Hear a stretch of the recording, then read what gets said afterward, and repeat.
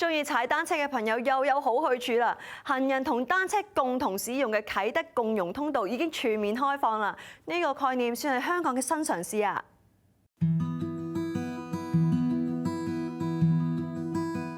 香港三面環海，如果可以沿住海濱長廊踩下單車，享受迎面而嚟嘅海風，都真係好寫意㗎。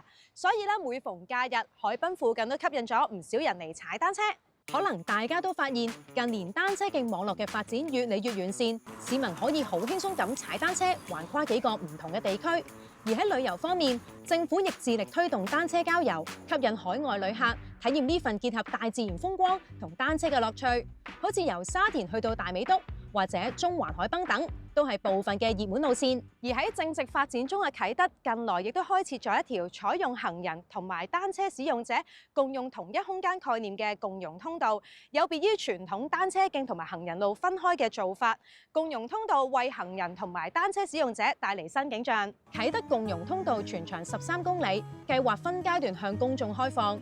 最早嘅路段喺去年年中已經分段開通，而繼去年12月，位於啟德海濱花園、承啟道公園同啟德體育園美食海灣嘅兩段共融通道開放之後，面向維港嘅一段已經全面開放啦。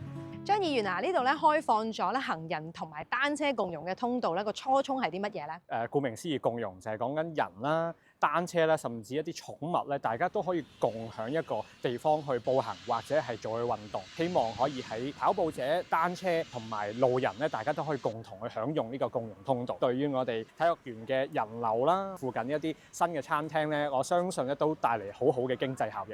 咁而家對公眾開放嘅進度係點啊？咁知道咧已經全面開放埋向維港嘅一面啦，又有啲咩唔同咧？郵輪碼頭區、跑道區去到車站廣場、啟德站嗰邊咧，整條都係共融通道。暫時我哋可以享用到嘅地方咧，就係講緊我哋呢個跑道區嘅內海同外海段。早上過嚟跑步、踩單車，晚上過嚟睇下風景、傾下偈咧，其實都幾好嘅一個嘅路段嚟嘅。郵輪碼頭區啊、跑道區嘅發展，亦都惠及到市民嘅出入咧，既係休閒啦，亦都係推動到經濟發展嘅一個機遇。你多唔多用呢條路嚟踩單車㗎？多啊，經常嚟嘅。係個次數係幾密咧？一個禮拜可能3次到啦。點解會揀呢度嘅？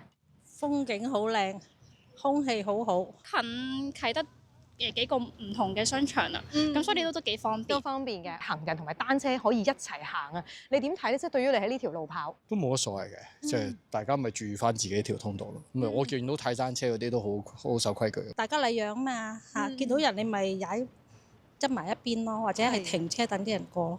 由啟德望出去一覽無遺嘅維港美景，無論係喺度散步、跑步做運動，定係踩單車，的確令人個心情同埋精神都好啲啊！不過香港地少人多，行人同單車爭路，單車高速駛上行人路，喺人群中穿插等嘅危險情況，亦都不時發生。到底共融通道可以點樣平衡兩方面嘅需要呢？安全上有啲咩要注意呢？咁其實喺路面上面咧都有清晰嘅標示，紅色嘅圓圈意思係話俾你聽，要落單車推架單車，完咗呢個紅色嘅路段之後咧，就可以踩翻單車，要保持翻喺車速15公里裏邊啦。某啲路段咧都加咗一啲設備咧，係可以偵測到你架單車嗰個嘅速度，俾翻啲溫馨提示俾你。雖然共融通道咧係開通咗啦，咁就唔代表咧所有嘅一啲嘅單車或者單車嘅類別咧都可以喺度出現嘅。電動嘅單車啊，或者改裝過嘅電動嘅單車咧，甚至乎風火輪咧，都千祈咧就唔好喺度出現啦。我相信喺個共融通道裏邊，即係既係講緊共融咧，即係講緊行人啊，甚至乎寵物啊，或者係我哋單車咧，都可以共享開心咁使用呢個地方。咁同時間你揸得太快咧，其實你未必有空閒時間咧觀賞到咧我哋咁好嘅風景。共融通道既係踩單車跑步，亦都係可以欣賞到維港嘅一個好嘅地方。將單車路線、海濱同埋休憩景點聯繫起嚟，的確可以提供更優質嘅生活環境。希望大家使用嘅時候都可以跟足指示，令到行人同埋單車使用者都可以有美好嘅體驗。